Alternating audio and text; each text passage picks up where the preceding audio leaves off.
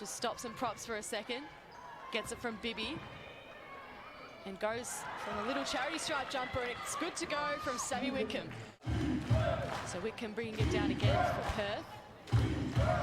Been their leader all season. She pulls up for a long three, and why not? That's what Sammy Whitcomb does best.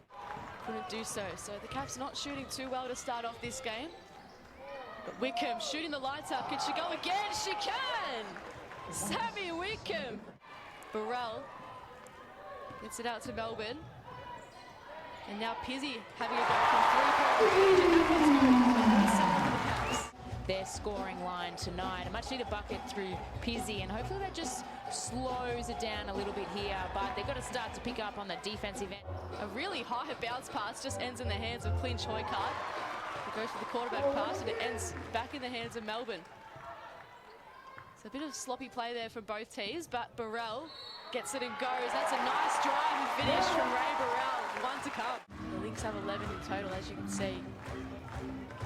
Guarded by Melbourne. It's going to be a fascinating matchup between those two, but Whitcomb wins out on that occasion. This time guarded by Taya Burrows, who's on for her first minutes tonight. Gets a little rolling pass to Smart. That works out perfectly. We'll take it. She's also looking for the foul there. She had a great game. Melbourne now gets it to Burrell. She's getting to work on Atwell, and does so successfully. Ray Burrell. What can she do with the ball in hand now? Has Atwell free, but dances around the defense instead. Sammy Whitcomb putting on all the moves in this first quarter. Kalea guarding her at the moment.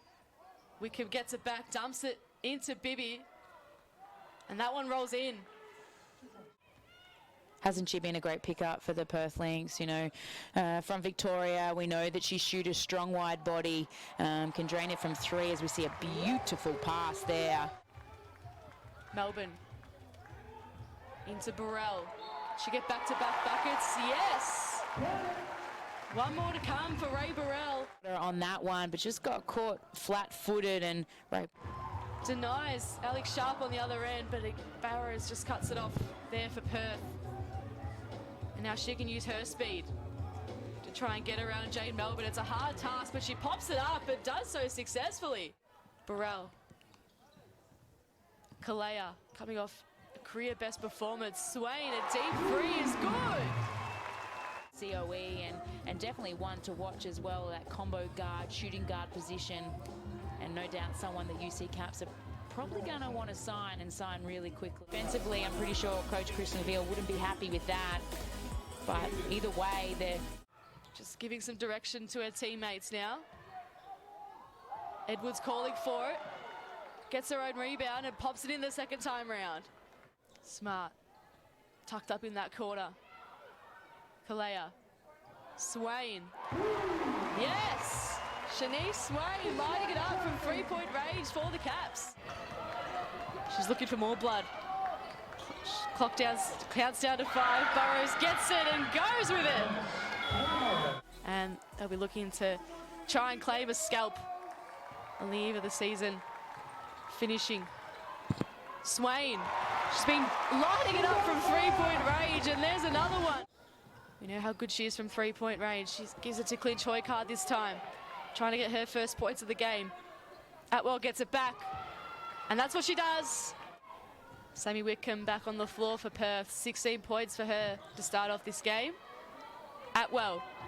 Another three for Amy Atwell. Just coming up out of the corner, force her away from that dribble handoff action, or even just that pass, but got to respect her a little bit more. And even that one, we've got to respect a little bit more.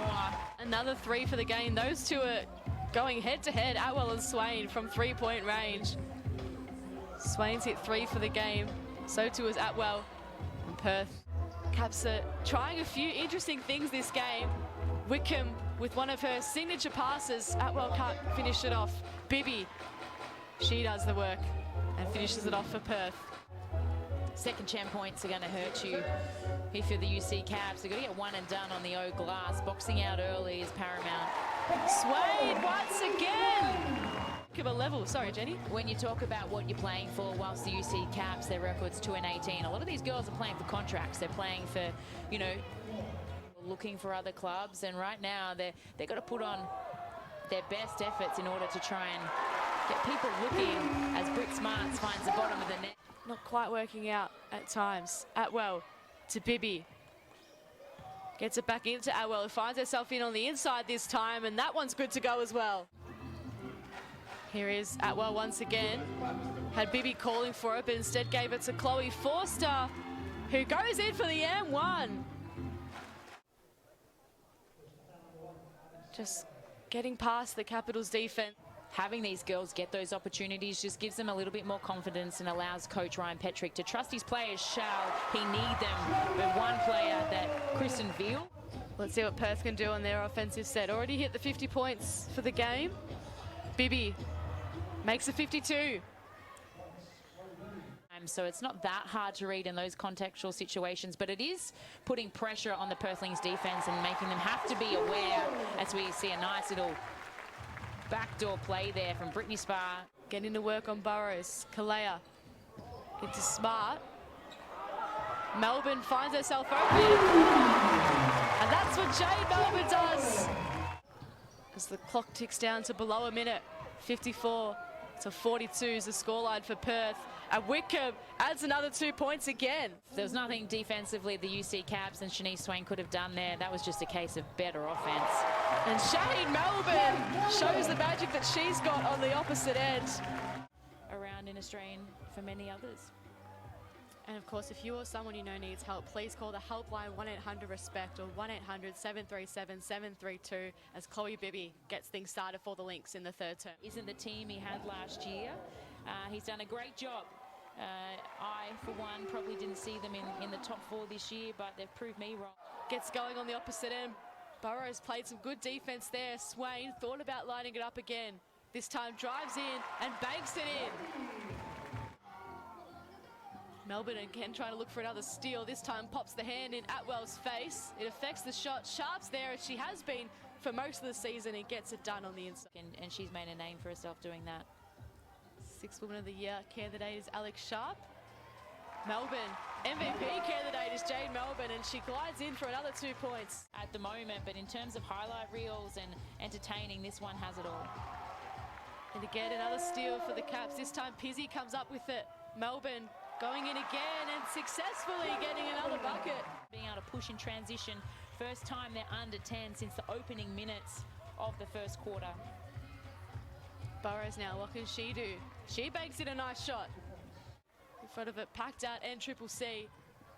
Alex Sharp looking for another bucket to her name. Gets it to go. Defensively in the half court and hopefully get another stop. So Atwell giving it to Sharp, who's going to work on Smart. And Alex Sharp, just like that, has 6 points to her name in a couple of minutes. And then nice 2 turnaround fadeaways from Alex. Smart, double team, so had to give it out to Swain, who's been lining it up all night from 3-point range. Her 6th of the night takes her to 21 points. 6 of 10 from deep she is. The way she's going with only still a touch over 15 minutes to go, she could be well on her way to breaking the record. Into Melbourne. Getting it back out to her forward, who pops it in from long range. Beck Pizzi joining the party. Themselves in a 1-2-2 press and force Perth Lynx into an open shot, but probably a rush shot. Ooh, as we see some dancing. Swain just gets a defender out of the way. Packing in the meantime. That is class from Shanice Swain. It's why she's nominated for the Breakout Player of the Year.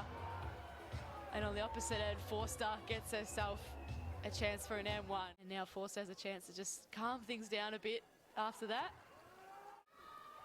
Getting the M1. And some good passing here from the Caps. Ends with Pizzi on the inside. So too is Swain inbounding there. 24 points already for her. Kalea coming off a great game against Melbourne. Gets herself a nice 3. Investing in that, but then also trusting them to give them those opportunities when they can come in game time. Kalea, speaking of promising youngsters, can't get around the Caps defense. But Burrell then loses her footing. It's a A few times it's happened to her tonight. It allows Forster to split the defense very nicely. Forster dancing around Kalea.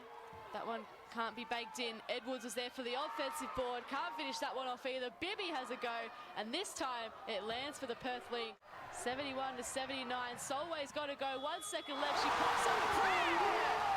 And Abby Solway gives the NCCC crowd something to cheer about. Plays in the South League.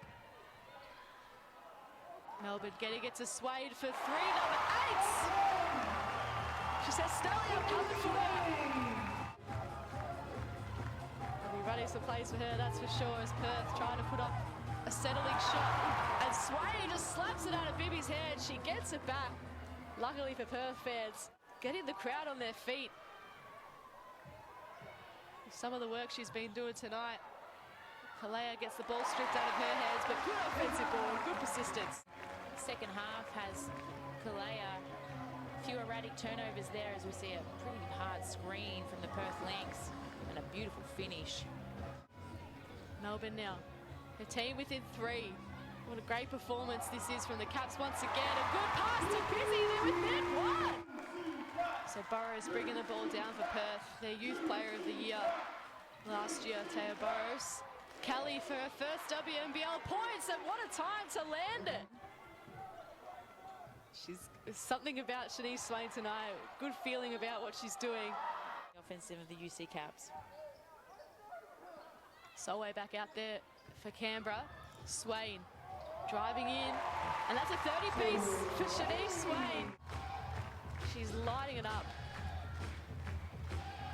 Clint Choikart into Atwell. That is awesome from the Lynx.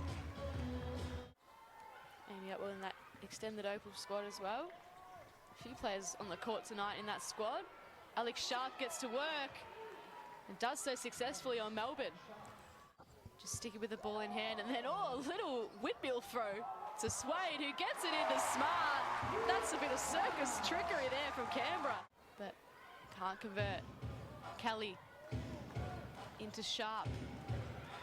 Sorry, it was Clint Choikard who got it to go for Perth. Per game, and then obviously the Lynx with the 80-86. The interesting thing is the Lynx have given up. Credit to her and obviously Ryan Petrick and giving him the opportunity, but those opportunities don't come knocking very often, and you've got to make sure you continue to put in the hard work, and that's something Brittany Smart has done. Canberra have their own awards night straight after this game, and I reckon there'll be a few candidates for MVP. As Sharp puts down another 2 points for Perth. The next couple of years of her career in the WNBL. Forster into Clint Choikard, and that's a nice fadeaway shot from her. A good win for the Perth Lynx on the eve of what's to be a scintillating semi-final series against Townsville.